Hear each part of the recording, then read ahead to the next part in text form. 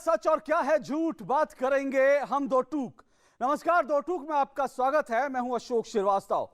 कभी धर्मनिरपेक्ष मोर्चा, कभी सेकुलर फ्रंट, कभी तीसरा मोर्चा, कभी चौथा मोर्चा, कभी विपक्षी एकता, ऐसे तमाम शब्द, तमाम सपने बीते कई सालों से इस देश को दिखाए जाते रहे हैं। और सपने क्या कहें इनको, बल्कि कहना चाहिए ऐसे शिगुफे जो हैं वो अक्सर छोड़े जाते हैं। मैं शिगुफा इसलिए कह रहा हूं क्योंकि हम हर बार सुनते हैं कि एक मोर्चा बनेगा, तमाम विपक्षी एकजुट होंगे, एक साथ मिलकर लड़ेंगे, एक सिद्धांत के लिए लड़ेंगे। लेकिन हम देखते हैं कि ये तमाम बयानबाजी जो है वो धीरे धीरे बंद हो जाती है और जो विपक्षी एकता की जो बात की जाती है, विपक्षी एकता अपने ही अंतर विरोधों के नीचे दबकर बनने से पहले ही खत्म हो जाती है। एक बार फिर से हम सुन रहे हैं कि विपक्ष एकजुट होने की कोशिश कर रहा है। खास करके ये जो विधानसभा चुनाव हुए, दिल्ली में हमने देखा जो स्थानीय चुनाव हुए, उड़ीसा में जो स्थानीय चुनाव हुए, उसके बाद विपक्षी एकता का शिगुफा एक बार फिर छोड़ा जा रहा है। इस बार यह भी कहा जा रहा है कि विपक्षी एकता राष्ट्रपति चुनाव के साथ शुरू हो और राष्ट्रपति चुनाव में सरकार को धराशायी करने के लिए विपक्ष मिलकर एक उम्मीदवार उतारे। विपक्ष को मजबूत होना चाहिए लोकतंत्र में, इसमें कोई दो राय नहीं। और विपक्ष अगर एक साथ होकर के सरकार की गलत नीतियों का विरोध करता है तो उसकी भी प्रशंसा होनी चाहिए, उसका भी सम्मान किया जाना चाहिए। लेकिन सवाल यही है कि ये शिगुफे क्यों छोड़े जाते हैं बार बार। आज दो टूक में हम इसी पर बात करेंगे और दो टूक में जो चर्चा हम करेंगे उस पर हमारा एक सवाल जो हम उठाएंगे वो आपकी टेलीविजन स्क्रीन पर आ रहा है। हमारा आज का सवाल, क्या एकता के बहाने हारा हुआ विपक्ष अपना अस्तित्व बचाने की कोशिश कर रहा है? क्योंकि मैंने कहा कि अगर विपक्ष एकजुट होकर सरकार की नीतियों का विरोध करता है उसका सम्मान किया जाना चाहिए। लेकिन इस वक्त ऐसा लग रहा है कि तमाम राज्यों में जहां जहां विपक्ष हार रहा है वहां पर वो एकजुट होने की कोशिश कर रहा है, अपना अस्तित्व बचाने की कोशिश कर रहा है। वरना ऐसा कैसे होता कि मायावती आज कह रही हैं कि वो किसी से भी हाथ मिलाने के लिए, समाजवादी पार्टी से भी हाथ मिलाने के लिए तैयार हैं। और इसी सवाल के इर्द गिर्द जो हम चर्चा को बढ़ाएंगे उस पर हमारे तीन मेहमान स्टूडियो में मौजूद हैं। परिचय करा दें, हमारे साथ के शर्मा जी हैं, बीजेपी के स्पोक्स पर्सन है के शर्मा जी। अवधेश कुमार जी हैं, वरिष्ठ पत्रकार। तीसरे मेहमान हमारे साथ राजीव त्यागी जी हैं, कांग्रेस के स्पोक्स पर्सन हैं। और इस बहस में हमने समाजवादी पार्टी के नेताओं को भी बुलाने के प्रयास किए थे। हम चाहते थे कि समाजवादी पार्टी का स्पोक्स पर्सन भी इस कार्यक्रम में शामिल हो, लेकिन समाजवादी पार्टी की तरफ से कोई भी स्पोक्स पर्सन इस कार्यक्रम में शामिल होने के लिए तैयार नहीं हुआ। तो सबसे पहले मैं राजीव जी आपसे शुरू करता हूं। ये शिगुफा बार बार आप, क्योंकि मैं शिगुफा शब्द बार बार इसलिए कह रहा हूं क्योंकि ये लग रहा है बार बार जनता को लगने लगा है, देश की जनता को शिगुफे छोड़े जाते हैं। अब विपक्ष का परिवार एकजुट करने की एक तरफ बात चल रही है और आज ही उत्तर प्रदेश का एक परिवार जो है वो दो पार्टियों में बिखर जाता है। उत्तर प्रदेश का जो सबसे शक्तिशाली परिवार समाजवादी पार्टी जो है दो फाड़ आज दिखाई दे रही है। तो कैसे देखते हैं? आप बहुत विद्वान पत्रकार हैं। नहीं, मैं राय तो नहीं सकता, लेकिन कोशिश करूंगा कि आपको शिगुफा की जगह जुमला कह देते तो ज्यादा बेहतर होता। चलिए, क्योंकि जुमला इस्तेमाल जुमला जो तराशने वाले लोग बाग हैं उनसे कुछ ना कुछ विपक्ष भी सीख रहा है, इसमें कहीं मतलब आप भी अब जुमलेबाजी की राजनीति करने जुमलेबाजी से अगर सत्ता मिलती हो तो सत्ता तो हर व्यक्ति जो राजनीति में है या राजनीतिक दल है सब चाहते हैं कि उनको सत्ता प्राप्त हो, जिससे कि अपनी नीतियों को और कार्यक्रमों को लागू कर पाए। तो जुमले से अगर मिलती है तो कोई शिगुफे से भी नहीं मिलती, काम करने से सत्ता मिलती है। ये तो आप काम के मामले फिर इस बहस को छोड़ दीजिए। फिर तो ये निश्चित है कि 60 साल अगर कांग्रेस रही है तो काम के दम पे रही होगी और काम की वजह से हम लोग बाग हमेशा सरकार। बिल्कुल, आपने अगर अब आते हैं वर्तमान परिस्थितियों पे। वर्तमान परिस्थितियों में निश्चित रूप से विपक्ष को एक होना चाहिए और विपक्ष एकता के प्रयास कर रहा है। हालांकि देखिए, बहुत साफ गोई से कहना चाहूंगा, जब आप राजनीति में हैं तो राजनीति में निश्चित रूप से आप सत्ता प्राप्त करने के लिए आते हैं, जिससे कि अपनी नीति और कार्यक्रमों को बेहतर तरीके से सत्ता में आने के बाद अपने वोट जो देने वाले लोग बाग हैं पूरे देश को, पूरे प्रदेश को कुछ दे पाएं। ये एक राजनीति का मूलभूत सिद्धांत है। हालांकि शिगुफा निश्चित रूप से आदिकाल से और अनादि तक शिगुफे रहेंगे राजनीति में और शिगुफे छोड़े जाते हैं राजनीति में, क्योंकि बहुत से लोग बात कहेंगे नहीं शिगुफा की राजनीति नहीं साहब, हमारी तो सब दल शिगुफा छोड़ते हैं, इसमें कहीं कोई दुराई नहीं। रही बात विपक्ष की एकता की, तो विपक्ष की एकता निश्चित रूप से सत्ता पक्ष के अगेंस्ट हमेशा होती रही है। एक टाइम ऐसा था जब कांग्रेस के विरुद्ध सारे दलों की एकता हुआ करती थी। आज कांग्रेस के नेतृत्व में सब दल एक होना चाहते हैं भारतीय जनता पार्टी के विरोध में।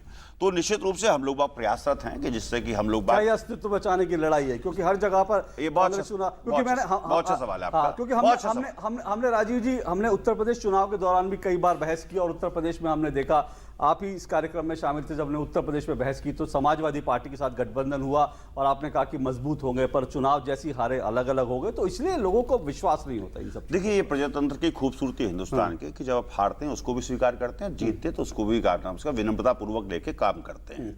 हम हार गए, कोई दिक्कत नहीं है, लेकिन ये निश्चित है कि जैसे आपने कहा अस्तित्व की लड़ाई, प्रत्येक व्यक्ति जो मुझे दूरदर्शन का सम्मानित सुन रहा है, मैं उनसे कहना चाहूंगा कि अगर वो व्यक्ति अपने अस्तित्व की लड़ाई के लिए संघर्ष करता है, एकजुटता दिखाता है, तो बुरी चीज नहीं है, होना भी चाहिए। पर के शर्मा जी, क्या आपको लगता है कि एक चुनौती, राजीव जी ने बड़ी साफगोई से कहा कि अस्तित्व बचाना, उसमें कोई हर्ज नहीं है, अगर अस्तित्व बचाने के लिए एकजुट हो रहे हैं सब, तो इसमें कोई दो राय नहीं, पर विपक्ष अगर एकजुट हो जाता है तो कम से कम बिहार मॉडल ये कहता है, हालांकि उत्तर प्रदेश में इस तरह का नहीं, लेकिन बिहार मॉडल ये कहता है कि भाजपा के लिए चुनौतियां, पूर्ण विपक्ष एकजुट भी नहीं हुआ था, उत्तर प्रदेश में पूर्ण विपक्ष ठीक है। अशोक जी, आपने अपने चर्चा के शुरुआत में एक बहुत अच्छी बात कही कि लोकतंत्र में सशक्त विपक्ष होना, सकारात्मक विपक्ष होना, ये लोकतंत्र के हित में भी है और सत्ता के भी हित में, बिल्कुल, ये दोनों बिल्कुल सत्य तथ्य।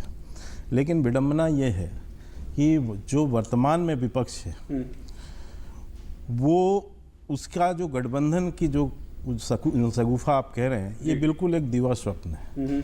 इसका एक मुख्य कारण है, कारण ये है कि कोई भी गठबंधन 2-3 मूल मुद्दों पे बनता है, उसके कुछ मूल तत्व होते हैं। पहला तत्व है कि उसमें कुछ वैचारिक समानता हो, कोई कॉमन, कोई एक सोच बनती हो आपस में, कोई एक ठोस मुद्दा हो उसके ऊपर, और तीसरी चीज है कि उसका एक कोई विश्वसनीय नेतृत्व हो। तीनों ही तत्वों की दृष्टि से आप देखें, नहीं, लेकिन एक उनके पास तत्व है, वो ये है कि भाजपा को विरोध करना, भाजपा को रोकना, क्योंकि पहले कांग्रेस को रोकने के लिए यहीं आ रहा हूं, मैं यहीं आ रहा हूं। जो आप कह रहे हैं कि एक सोच है कि भाजपा का विरोध करना, ये एक नकारात्मक सोच है। ठीक है, आप यदि नकारात्मक सोच के साथ विरोध, विपक्ष का काम है विरोध करना, वो सत्ता का विरोध करे, उसकी खामियां गिनाए, इसमें कोई दिक्कत नहीं, लेकिन विरोध कैसा? जब हम नोटबंदी करते हैं, जब हम सर्जिकल स्ट्राइक करते हैं, जब हम देश के हित में कदम उठा रहे हैं, तब यदि विपक्ष नकारात्मक रूप से विरोध कर रहा है, सदन नहीं चलने दे रहा है, हंगामा कर रहा है, कार्रवाई को बाधित कर रहा है, तो ऐसे समय में इस तरह का जो विरोध है, इसको जनता स्वीकार नहीं करती। ईवीएम को लेकर भी, और यही नहीं, विपक्ष जो यही नहीं, उसको भी जनता ने जो नेतृत्व है, जो प्रश्न अभी बीच में, अभी चर्चा में आपने कहा कि राहुल गांधी जी ने पलीता लगा दिया, तो ये पलीता तो लगेगा, उसका कारण है क्योंकि सबसे महत्वपूर्ण है किसी भी गठबंधन के लिए नेतृत्व। ठीक है, नेतृत्व की स्वीकारता। इस जो आप विपक्ष देख रहे हैं, इसमें आपस में ही नेतृत्व को लेकर बड़ा संकट है। ठीक बात। जहां तक राहुल गांधी का प्रश्न है, मैं निवेदन कर दूं कि राहुल गांधी जी की तो अपनी कांग्रेस में ही स्वीकारता नहीं है, वही उसी संकट से जूझ रहे हैं राहुल गांधी। तो इसलिए वो सारे विपक्ष का नेतृत्व, सारा विपक्ष उनको स्वीकार ले, ये बहुत कठिन है। इस सवाल पे मैं आऊंगा नेतृत्व की जवाब। इसी दृष्टि से यदि आप नीतीश कुमार को देखें तो उनकी भी स्वीकारता, कांग्रेस उसको इसलिए नहीं स्वीकार पाती है क्योंकि इनका पहले से ही कि साहब वो तो क्षेत्रीय दल है। ठीक है, ममता बनर्जी की दृष्टि तो ये जो नेतृत्व का एक जो संकट है, ये भी एक बड़ा संकट है, वैचारिक सोच की संकट है और ठोस। अवधेश जी, क्या आप सहमत हैं कि एक बात, अगर विपक्षी एकता की जब हम बात करते हैं तो एक तो कोई सिद्धांत नहीं है, कोई वैचारिक रूप से कोई समानता नहीं है, अलग अलग पार्टियां जो है अलग अलग, हम लेफ्ट और ममता एक साथ आएंगे ये हम उम्मीद नहीं कर सकते कि लेफ्ट और ममता, सपा बसपा आज जरूर एक साथ कह रहे हैं आने के लिए, लेकिन उनके बीच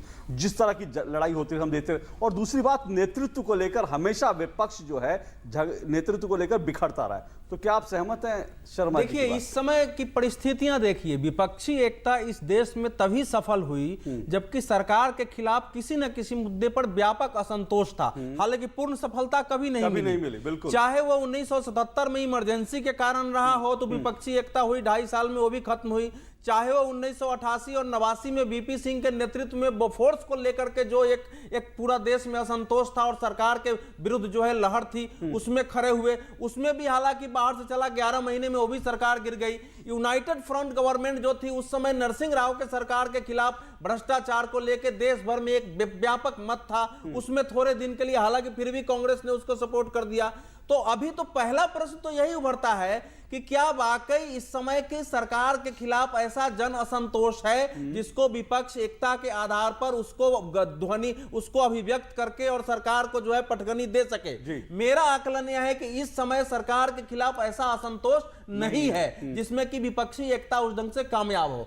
दूसरी बात कि इस समय कई पार्टियां हैं जो आप प्रश्न कर रहे हैं। देखिए, बहुजन समाज पार्टी के सामने अपने अस्तित्व को बचाने का संकट है, ये बिल्कुल, इसमें कहीं किसी को दो राय नहीं होना चाहिए। वामपंथी दलों के सामने अपने अस्तित्व बचाने का संकट है। कांग्रेस भी जिस अवस्था में थी और जिसकी कल्पना करती थी उससे अगर आज आप तुलना करते हैं तो इसको भी अपने अस्तित्व को बचाने, अपने जनाधार को पाने और पुरानी स्थिति में फिर खड़ा होने के लिए वो एक संकट है कांग्रेस के साथ। तो इन संकटों में थोड़े समय के लिए हो सकता है कि राष्ट्रपति चुनाव के नाम पर एकता हो जाए अगर कहीं कहीं, लेकिन इस संकट में भी उत्तर प्रदेश का जैसे चुनाव आएगा तो बहुजन समाज पार्टी, समाजवादी पार्टी और कांग्रेस तीनों में सीट के बंटवारे पर ही एकता नहीं होगी। आप देख लीजिए, अगर पश्चिम बंगाल में कांग्रेस और वामपंथी मोर्चा मिल भी जाते हैं तो पश्चिम बंगाल में ममता बनर्जी वहां जाकर सीट पर ही समस्या खड़ी हो जाएगी। इसलिए ये जो विपक्षी एकता इस समय है ये सुनने में बड़े प्रिय लगे, हालांकि हम सब लोग चाहते हैं कि देश में विचार के आधार पर राजनीति को खड़ा करने के लिए अगर कुछ दल, कुछ नेता मिलते हैं और एक बेहतर राजनीति करते हैं तो उसका स्वागत होना चाहिए। लेकिन यहाँ एक ही विचार है कि किसी भी ढंग से जो है नरेंद्र मोदी को परास्त करो। और ये क्या राजीव जी नेगेटिव विचार है और इसलिए जो है ये, और दूसरी बात ये है कि क्या आपको लगता है कांग्रेस इसका नेतृत्व कर पाएगी अगर विपक्षी एकता होती है तो क्या कांग्रेस इसमें सबसे आगे रहेगी नेतृत्व करने के लिए? क्योंकि बहुत से पार्टियां हैं, शायद जब सवाल ये आएगा कि अगला 2019 में प्रधानमंत्री किसको प्रोजेक्ट करना है तो बहुत से नेताओं की जो महत्वाकांक्षाएं हैं वो जोर मारेंगी और फिर शायद वो कांग्रेस का नेतृत्व स्वीकार करने के लिए तैयार ना हो। देखिए, जो मेरे बड़े भाई ने कहा, अवधेश जी ने, कि उत्तर प्रदेश के हालातों को लेकर के बंगाल के हालात को दो उदाहरण दिए।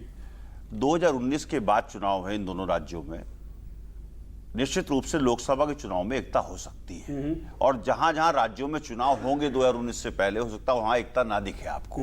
निश्चित रूप से क्षेत्रीय दलों का अपना एक एजेंडा होता है कि वो क्षेत्रीय दल अपने क्षेत्र में राजनीति करके सरकार बनाना चाहते हैं। नहीं, आप ये कह रहे हैं कि पश्चिम बंगाल में ममता, कांग्रेस और वामपंथी एक छतरी के नीचे आ सकते हैं, आप ये कह रहे हैं 2019 के जब वामपंथी और राइट विंग की भारतीय जनता पार्टी वीपी सिंह को सपोर्ट कर सकती है तो कुछ भी संभव है। राजनीति मतलब तो ये हुआ कि भाजपा वहां बढ़त पे है, सब पार्टियों में डर है। तो इसका मतलब अगर वो भी कहीं ना कहीं अवसरवादी गठबंधन था, जिसको आप कांग्रेस का गठबंधन या कांग्रेस का गठबंधन होना उसको अवसरवादी बता रहे मेरे मित्र, तो निश्चित रूप से वो भी अवसरवादी गठबंधन था। जनता पार्टी जो बनी थी वो भी अवसरवादी थी। इसका मतलब कहीं ना कहीं जिसको कि संघ ने और जनसंघ, भारतीय जनता पार्टी ने बाहर निकल करके, जनसंघ ने बाहर निकल करके उस एकता को तार-तार करने का काम किया। वो अलग से विषय नहीं, विषय अलग से इसलिए नहीं, विषय अलग से इसलिए नहीं, विषय मैंने कहा तार-तार कैसे हो, ये विषय अलग है। विषय इसलिए अलग से काउंटर नहीं करूंगा, आपको मैं डिबेट में नहीं जाना। विषय इसलिए अलग से नहीं है अशोक जी, कारण यह है कि भारतीय जनता पार्टी ऐसे प्रोजेक्ट करती है कि जो वो करती है वो तो लीला है, दूसरा कर रहा है तो पाप है। तो 77 का उदाहरण जो किया मैंने वो दिया आपको। 89 में वीपी सिंह साहब को क्या नाम उसका, लेफ्ट विंग और राइट विंग दोनों सपोर्ट करी थी कांग्रेस के अगेंस्ट। तो निश्चित रूप से गठबंधन जो बनाए जाते हैं, बहुत स्पष्ट कर दूं, गठबंधन बनाए जाते हैं सरकार में निश्चित रूप से मुख्यमंत्री या प्रधानमंत्री बनाने के लिए गठबंधन बनाए जाते हैं। तो फिर मैं बार बार कहता हूं, साफ को स्वीकार करता हूं, तो फिर मेरी एक नीति है, मैं मानता हूं कि पूरे देश में प्रगतिशील समाजवाद होना चाहिए। भाई प्रगतिशील समाजवाद जब ही तो कर पाऊंगा जब कर पाऊंगा सत्ता में आऊंगा। बिल्कुल ठीक है, सत्ता में नहीं आऊंगा। सवाल वही है कि लेकिन नेतृत्व की बात, सबसे बड़ा सवाल जो है, जो विपक्षी एकता जो हमने आज तक देखा है, जब कभी बिखरी है तो इसी बात पे बिखरी है कि नेतृत्व कौन करेगा। मैं वही आपसे पूछ रहा हूं, क्या कांग्रेस नेतृत्व करेगी? क्या कांग्रेस कहेगी 2019 में हम प्रधानमंत्री पद के लिए अपना उम्मीदवार उतारेंगे और आपको लगता है बाकी पार्टियां सपोर्ट करेंगी? क्योंकि जब बिहार उत्तर प्रदेश चुनाव में नीतीश कुमार ने सवाल उठाया था तब कांग्रेस ने उन्हें दो टूक कहा था कि भैया किसी की राष्ट्रीय महत्वाकांक्षाएं हैं तो पहले उसको अपना आधार देख लेना चाहिए। यह जवाब कांग्रेस का नीतीश कुमार। एक सवाल आपसे, पूरे देश में आज सेकंड नंबर पार्टी कौन है? नहीं पार्टी सर, मैं तो कांग्रेस पार्टी है, मैं तो मानता हूं, लेकिन मैं मान लूंगा आप दूसरे नंबर के हैं, लेकिन नीतीश मानेंगे, ममता मानेंगी, मैं तो उनकी बात कर रहा हूं। देखिए क्यों नहीं मानेंगे? अगर या तो जो लोग बाग नहीं मानेंगे इस बात को, वो गठबंधन नहीं कर पाएंगे। गठबंधन जब ही होगा जब बड़ा दिल लग करके सब लोग बाग सोचेंगे कि यही गठबंधन गया, यही समाप्त हो गया। दूसरी बात मैं कहना चाहता हूं, ये गठबंधन जब लालू यादव जी और नीतीश कुमार साथ बैठ सकते हैं, जो कि दोनों अपोजिट पोल्स थे। हाँ। तो अगर उत्तर प्रदेश का उदाहरण दिया गया, लेकिन आज नीतीश कुमार को लालू यादव के साथ बैठना कितना मुश्किल हो रहा है, ये सब पता है। इस तरह से लालू यादव उनकी बार-बार जो है उनकी कुर्सी खींचने की बहुत स्पष्ट कर देता हूं, सब जानते हैं। इस बात को भी स्पष्ट कर देता हूं, जब जेडीयू का और बीजेपी का गठबंधन था तब भी ये चीज चलती थी। आज आरजेडी और जेडीयू गठबंधन तब भी ये चीज चलती थी, लेकिन मुख्यमंत्री पद को लेकर तब लड़ाई नहीं होती थी। आज जो आ रहा है कि लालू यादव अपने बेटे को मुख्यमंत्री बनाना चाहते हैं, मुख्यमंत्री कैसे बना लेते हैं? जेडीयू के सामने बीजेपी कैसे बना लेती? बीजेपी बहुत छोटी पार्टी थी। राजीव जी जितनी खबरें राजीव जी जो खबरें हैं वो यही है कि लालू चाहते हैं कि अपने बेटे को मुख्यमंत्री बना दें, ताकि और नीतीश को प्रोजेक्ट करना चाहते हैं वो प्रधानमंत्री के लिए, तो वो कांग्रेस का नेतृत्व नहीं मानना चाहते। पहले सुन तो लीजिए, ये देखिए, ये एक हवाओं में चीजें हैं, धरातल की जो चीजें हैं वो तो निश्चित रूप से 2019 से पहले अभी राष्ट्रपति का चुनाव है, हाँ, बिल्कुल, उसमें एकता निश्चित रूप से पता चल जाएगी। और मैं आपको बता दूं, राष्ट्रपति के चुनाव में अगर आप देखेंगे तो भारतीय जनता पार्टी की जो एनडीए है उसके पास 5,32,037 वोट हैं, और कांग्रेस के पास जो अपोजिशन है उसके पास 3,91,000 4 लाख वोट है। 1,32,000 वोट पीछे हैं अभी, लेकिन 1,44,000 वोट ऐसे हैं जिन दलों ने अभी तय नहीं किया, जैसे बीजू जनता दल ने तय नहीं किया है, जैसे आईएनएलडी ने तय नहीं किया है, हरियाणा की है, उसके लिए कोशिश कर रहे हैं हम लोग। बात राजनीति में साफ गोई से स्वीकार करना चाहिए, राजनीति में स्वीकार करना चाहिए कि हम लोग बाग निश्चित रूप से सत्ता प्राप्त करके अपनी नीति कार्यक्रम को लागू करना चाहते हैं। मैं इस बात पे एक ब्रेक ले रहा हूं, उसके बाद मैं आऊंगा इस प्रतिक्रिया पे, क्योंकि राजीव जी ने कहा कि अगर 2019 की जो लड़ाई होगी, दूसरे नंबर की पार्टी इस वक्त कांग्रेस है, तो जाहिर तौर पर नेतृत्व कांग्रेस का होगा और बाकी दलों को कांग्रेस की छतरी के नीचे आना पड़ेगा। सवाल यह है कि क्या इस पर विपक्ष तैयार होगा, क्योंकि यही एक बड़ी बात है। अस्तित्व बचाने की लड़ाई कांग्रेस तो लड़ रही है, लेकिन सवाल यह है कि ममता क्यों कहेंगी कि मैं अपने अस्तित्व बचाने की लड़ाई लड़ रही हूं, और लालू यादव और नीतीश कुमार क्यों ये मानेंगे कि वो अपना अस्तित्व बचाने की लड़ाई लड़ रहे हैं। इस पर बात करेंगे इस ब्रेक के बाद। सरिता जी, इन दिनों आप अपने खान पान का ध्यान तो रखती हैं ना? अरे ये क्या, भोजन में साधारण नमक? आयोडीन युक्त नमक का इस्तेमाल करें। आपके शरीर में आयोडीन की कमी से आपका शिशु शारीरिक और मानसिक रूप से कमजोर हो सकता है। आयोडीन नमक इन सारी परेशानियों से आपको बचा सकता है। ये नमक बाजार में आसानी से उपलब्ध है। बच्चों को हंसता खेलता बचपन दें, अपनी संतान का भविष्य संवारें। सवारी जिंदगी चुटकी भर नमक, आयोडीन नमक। प्रधानमंत्री ग्राम सड़क योजना ने हम गांव वालों के लिए तरक्की के रास्ते खोल दिए। सड़क के गड्ढों की फोटो खींच रहे हो? कोई खास बात है क्या? अरे काका, मेरे मोबाइल फोन में मेरी सड़क ऐप है, जिससे प्रधानमंत्री ग्राम सड़क से जुड़ी कोई भी जानकारी सरकार तक भेजी जा सकती है। सड़क से जुड़े सुझाव या शिकायत पर सरकार वाजिब कार्यवाही करती है। प्रधानमंत्री ग्राम सड़क से जुड़ी कोई भी बात, मेरी सड़क एंड्रॉइड ऐप अब हर पल मेरे साथ। रुखसाना, आज भी तुम अपना फॉर्म भरने पोस्ट ऑफिस नहीं आई? आप तो जानते हैं शीला जी, दानिश के अब्बू तो अब रहे नहीं, बाहर के हर काम के लिए दूसरों के भरोसे रहना पड़ता है। तो अब निकलो। अल्पसंख्यक मंत्रालय की इस नई रोशनी योजना में तुम जैसी हजारों महिलाओं में नेतृत्व क्षमता को बढ़ाया जा रहा है। आज की औरत अब घर से खुद बाहर आएगी और बनाएगी अपना जीवन बेहतर। अल्पसंख्यक मंत्रालय की नई रोशनी योजना आपके लिए, सीखें और सशक्त बने। मदद हमारी, मंजिल आपकी। जैसे सूट टाइप, मुझे ये ग्रीन या फिर ब्राउन। ठीक है, आप ये पैक कर दीजिए। सेब कितने का दिया?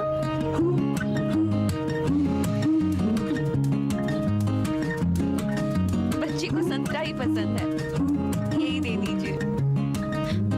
अगर आप माँ बनने वाली हैं, तो HIV टेस्ट जरूर करवाएं। बच्चे को HIV से बचाने के लिए जल्द ही पता लगाना और वक्त पे दवाई दिलवाना जरूरी है। करें वही जो बच्चे के लिए हो सही। हर सरकारी अस्पताल के ICTC में HIV की जांच एवं सलाह मुफ्त और गोपनीय है। मुझे मिला, मुझे मिला, मुझे भी मिला, और मुझे भी। अल्पसंख्यक कार्य मंत्रालय की इस योजना में छोटे कारोबारियों के लिए है टर्म लोन यानी मियादी कर्ज, जिसमें 10 लाख तक की मदद का प्रावधान है। NGO से जुड़ी अल्पसंख्यक महिलाओं के लिए है माइक्रो फाइनेंस स्कीम यानी लघु वित्त योजना, जिसमें है 50,000 तक का कर्ज। इसके अलावा माइनॉरिटी कम्युनिटी के स्टूडेंट्स के लिए है एजुकेशन लोन स्कीम, जिसमें है प्रोफेशनल और टेक्निकल एजुकेशन के लिए बहुत ही कम ब्याज दरों पर लोन। तो आप भी NMDFC की कर्ज स्कीम से लाभ उठाएं। हुनर को हौसला। दो टूक में आपका एक बार फिर स्वागत है। विपक्षी एकता का शगुफा एक बार फिर छोड़ा गया है। हम इसी पर बात कर रहे हैं कि विपक्षी एकता क्या यार अपना अस्तित्व बचाने की लड़ाई लड़ रहा है विपक्ष? कम से कम यहां पर इस कार्यक्रम में राजीव त्यागी कांग्रेस के स्पोक्स पर्सन ने माना कि अपना अस्तित्व बचाने के लिए अगर कोई भी कदम उठाया जाता है तो उसमें कुछ गलत नहीं है। राजनीति में अपना अस्तित्व भी बचाना पड़ता है और व्यक्तिगत जीवन में भी। हाँ, व्यक्तिगत जीवन में भी आपने कहा, ठीक है, मैं उसको मानता हूं। और पर बड़ी बात यह है कि अभी राजीव त्यागी जी ने ब्रेक पे जाने से पहले यह कहा कि 2019 के चुनाव में नेतृत्व जो है कांग्रेस का होगा और बाकी पार्टियों को उसकी छतरी के नीचे आना पड़ेगा। और हमने देखा विपक्षी एकता की बात जब कभी भी होती है तब नेतृत्व के सवाल पर ही ये एकता जो है बिखर जाती है। तो अभी के शर्मा जी, एक बड़ी बात राजीव जी ने बड़ी साफ गोई से बता दिया कांग्रेस की मंशा क्या, पर आपको लगता है कि बाकी विपक्ष इसके लिए तैयार होगा? राष्ट्रपति चुनाव में हो सकता है कि कांग्रेस को, भाजपा को हराने के लिए सब लोग एकजुट हो जाए, पर 2019 मैं राजीव जी के इस एक प्रश्न के उत्तर दे दूं जो उन्होंने कहा, चर्चा में कहा कि 1977 में अवधेश जी ने इस बात को इंडिकेट किया है मुख्य रूप से कि देखिए एकता, गठबंधन की एकता कैसे बनती जी। 77 में जो गठबंधन बना वो लोकतंत्र को बचाने के लिए बना, इमरजेंसी के बाद बना और लोकतंत्र को पुनः जो है इस देश में मैंने बनाने के लिए बना। ठीक है। इसलिए उसमें एक ठोस मुद्दा था, जनता से जुड़ा हुआ जनहित में मुद्दा, जो 91 में जो गठबंधन बना 89 में वो राजीव गांधी के भ्रष्टाचार के विरुद्ध बना। उस समय भ्रष्टाचार एक मूल मुद्दा था। अवधेश जी ने सच कहा कि आज जो है विपक्ष के पास सत्ता पक्ष को लेकर कोई ऐसा मुद्दा नहीं है सिवाय नेगेटिव। थोड़ा दूर है 2019 तक। सर देखिए 3 वर्षों के अंदर में आज मोदी सरकार के विरुद्ध कोई भी असंतोष, किसी भी तरह की जनता में जो है असंतोष नहीं है, किसी भी मुद्दे को लेके नहीं है। इसलिए और जहां तक अब आप राष्ट्रपति चुनाव की बात कर रहे हैं, देखिए राष्ट्रपति चुनाव आ रहा है, उसकी तैयारी सभी दल कर रहे हैं, निश्चित तौर से भाजपा भी कर रही है और हमें पूर्ण विश्वास है कि हम जो है बहुत सफलतापूर्वक अपने जो है उम्मीदवार तय करेंगे और उन्हें जिताएंगे। ठीक है, वो हम ठीक है। और जहां तक विपक्ष है, विपक्ष का ये प्रयास हमेशा रहता है, एक कोशिश रहती है। हम इसी बात को कह रहे हैं कि आप जो है यदि नकारात्मक सोच के साथ आएंगे जी तो न आपका गठबंधन कभी सफल होगा, न उसकी जन स्वीकार्यता। और एक बात और अशोक जी बहुत छोटा से कह दूं, जो गठबंधन का विषय चल रहा है, इस देश ने 2014 के बाद 3 प्रयोग देखे हैं। 2014 में मोदी जी के रूप में जी, इसके बाद दिल्ली में केजरीवाल के रूप में और इसके बाद बिहार में नीतीश कुमार के रूप में। ठीक है। और इन तीनों जो इसमें गठबंधन रहा और जो ये तीनों प्रयोग थे, इन तीनों प्रयोग का आप आकलन करें और जनता इसको बहुत अच्छे से आकलन कर रही है। जी। मोदी जी के जीतने के बाद जिस ढंग से शासन प्रशासन चला है, जो विकास जो हो रहा है, जो सुशासन है, उसको भी जनता देख रही है। दिल्ली में केजरीवाल के जीतने के बाद जो हालात बने हैं और जिस हालत में दिल्ली पहुंची है, उसको भी जनता ने आकलन किया है और अपना अभी वर्डिक्ट दे दिया है।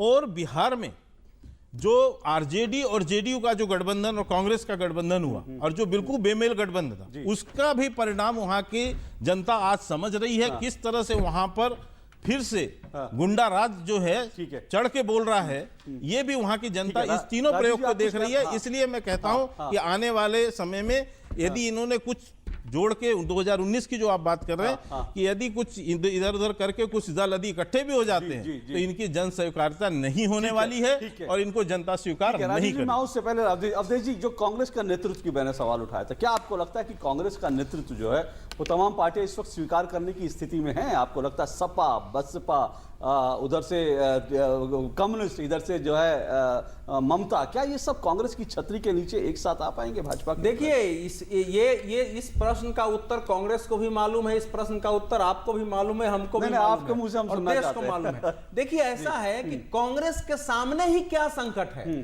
कांग्रेस के सामने जो कई संकट है उसमें एक बड़ा संकट यह है कि जनता को कांग्रेस के नेतृत्व की क्षमता पर विश्वास नहीं है। कांग्रेस के लिए सबसे जरूरी काम इस समय यह है कि अपने नेतृत्व की क्षमता के प्रति जनता में विश्वास पहले जागृत करे, या नेतृत्व स्वयं ऐसा काम करे कि जनता में यह विश्वास जगे कि नहीं, इस नेतृत्व में क्षमता है। तो कांग्रेस के कई संकट जो हम लोग कहते हैं, जनाधार खिसकना, विचारधारा का न होना, और नेतृत्व की क्षमता पर अविश्वास, तो कांग्रेस के सामने तो पहले ही है। दूसरी बात यह है कि देखिए, राष्ट्रपति चुनाव की एकता ये बहुत सामान्य है, ये हो सकती है, राष्ट्रपति चुनाव तक आप हो जाए, बिल्कुल। लेकिन 2019 में एक होकर के चुनाव लड़ना, सीटों का बंटवारा करना, अपनी अपनी महत्वाकांक्षाओं का परित्याग करना, इवन मोदी को हराने की दृष्टि से भी कि मोदी को हटाना हम एक हो जाए, उसमें भी बहुत सारे कठिनाइयां हैं। और जो कठिनाइयां हैं कुछ हमने पहले चर्चा की, और आगे आके, क्योंकि सबकी महत्वाकांक्षा है, बिल्कुल। ममता बनर्जी की केंद्रीय राजनीति में काम करने की महत्वाकांक्षा है, किसी से छुपी हुई नहीं है। नीतीश कुमार की। अच्छा, दूसरी बात यह होती है कि उस जो गठबंधन आप करेंगे, राजीव जी आपने बहुत बोला, कई बार आप जब बोल रहे थे तो मेरे अंदर उत्तेजना पैदा हो रही थी, मैं उत्तर दूं, लेकिन फिर भी मैं चुप रह गया, उंगली भी नहीं उठाया। तो देखिए, एक जनता की स्वीकारता, कांग्रेस और समाजवादी पार्टी का गठबंधन हुआ, लेकिन जनता में उसकी स्वीकारता नहीं बनी। ठीक है, तो जो सबसे आवश्यक है, एक तो नेतृत्व का प्रश्न है, जो कि हल होने की संभावना मुझे नहीं दिखती है। दूसरा, मैंने कहा कि सरकार के खिलाफ व्यापक असंतोष होना चाहिए सफलता के लिए, वो मुझे दिखाई नहीं देती है। और तीसरा जो आवश्यक है वो है कि जनता के बीच आप ऊपर से गठबंधन कर ले, क्या जनता उसको स्वीकार करेगी? तो ये एक बड़ा प्रश्न है, जिस प्रश्न पर मुझे ये लगता है कि इस समय, अब थोड़ा बोल लूं, इस समय जो है कई ऐसे जैसे वो अब पश्चिम बंगाल का उदाहरण लीजिए ना, ममता बनर्जी जिस गठबंधन के खिलाफ लड़के चुनाव आई है, क्या आपको लगता है कि वहां की जनता तीनों अगर एक हो जाएंगे तो उनको उसी रूप में स्वीकार कर लेगी, या किसी चौथे विकल्प की ओर जाएगी? बहुत संक्षेप में, मेरा समय नहीं राजीव जी, लेकिन आप कुछ कहना चाहते हैं उसमें साथ साथ एक मेरी बात और मैं जोड़ना चाहूंगा। मायावती का जो बयान है वो कहती है कि जहर को मारने के लिए जहर का सहारा लेने में कोई हर्ज नहीं है। वो कहती है कि इसका मतलब, उनका इशारा साफ है कि जिनके साथ वो जाने के लिए आज तैयार है, चाहे कांग्रेस हो चाहे समाजवादी पार्टी हो, वो भी वही जहर है। तो क्या ऐसे नेताओं का गठबंधन बन सकता है जो आपको भी गरिया है, उनको भी बना, दोनों को बराबर माने? बहुजन समाज पार्टी किसी नेता से पूछिए, यहाँ गठबंधन की बात चल रही है, मेरे मित्र ने कहा कि नकारात्मक और सकारात्मक राजनीति होती है। तो इसका मतलब जितने गठबंधन आपके पूर्व में बने और सफल नहीं हो पाए, आप नकारात्मक राजनीति कर रहे थे, चाहे वो 77 का गठबंधन हो या ये गठबंधन हो। मैं कंप्लीट कर लूं, कंप्लीट कर लूं। मैंने ये कहा है नकारात्मक राजनीति जो है, इन्होंने कहा यदि नकारात्मक राजनीति आप करेंगे तो देखिए, मुद्दा विहीन होगा तो नकारात्मक होगा। दोनों चीज महत्वपूर्ण है जीवन में भी, राजनीति में भी, देश में भी, लेकिन क्या कॉम्बिनेशन बनता है? ठीक है, उत्तर प्रदेश में भी यदि बिहार जैसा कॉम्बिनेशन बनता, उनके परसेंट वोट जोड़ लीजिए, 51% वोट बढ़ता है बहुजन समाज पार्टी, कांग्रेस का, समाजवादी पार्टी का। पर ऐसा होता नहीं कि जब मिल जाए तो सारे वोट इस तरफ जाते हैं, ऐसा होता है। मैंने जब उदाहरण दिया कि जब लालू जी और नीतीश बैठ सकते हैं तो हम सब भी बैठ सकते हैं, उसमें कोई दिक्कत नहीं। मेरे को बोलने दीजिए, आप बोले 30 सेकंड में समय। 51% वोट जो है अगर इन तीनों दलों का होता मिलाकर के उत्तर प्रदेश में, तो जहां भारतीय जनता पार्टी उत्तर प्रदेश में खड़ी 325 सीट पर, यहाँ ये गठबंधन खड़ा होता। पहली बात, कांग्रेस का देखिए ऐसा, लास्ट सेंटेंस कहना चाहूंगा, भीलन हरलई गोपियां, वही अर्जुन वही बाण, समय का इंतजार करिए, वही अर्जुन था जिसने महाभारत पूरी जीती, और वही अर्जुन भीलों से हार गया। तो ये समय का खेल होता है और कुछ नहीं है। इसमें कोई दो राय नहीं, समय का इंतजार। और रही बात, एक चीज और क्लियर कर दूं, हमारा गठबंधन किसी व्यक्ति विशेष के अगेंस्ट नहीं होगा, हमारा गठबंधन भाजपा के अगेंस्ट होगा। हमारी कोई एलर्जी थोड़ी है मोदी जी से, हमारा भाजपा से वैचारिक मतभेद है।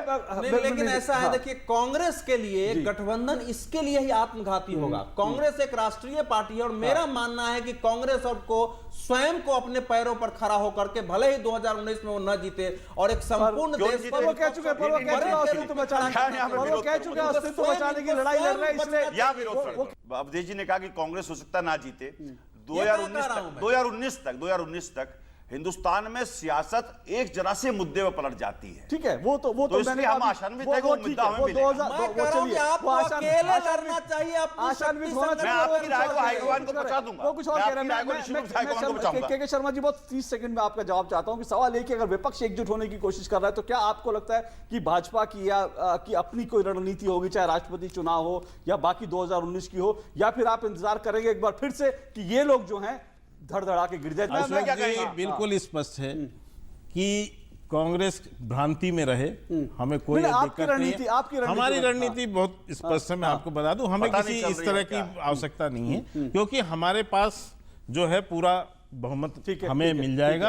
इसके लिए हम आश्वस्त हैं और हम अपना जो है उम्मीदवार जो है उसे राष्ट्रपति के रूप में तय करेंगे और हमें पूर्ण बहुमत उसके लिए जिताने के लिए, और शिवसेना भी, शिवसेना के संदर्भ में भी इनको ये अपना वो पाल ले।